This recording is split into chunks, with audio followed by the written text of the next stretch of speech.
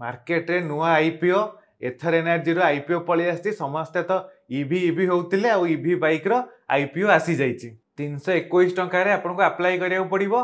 Already IPO application पई open हो जाईची। मे 6 तारिख पाखा पाखी रे लिस्टिंग हबो।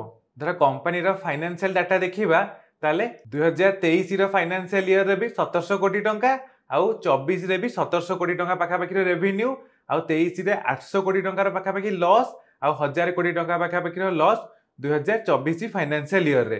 तो हम तो देखिबा एटा गोटे लॉस मेकिंग कंपनी।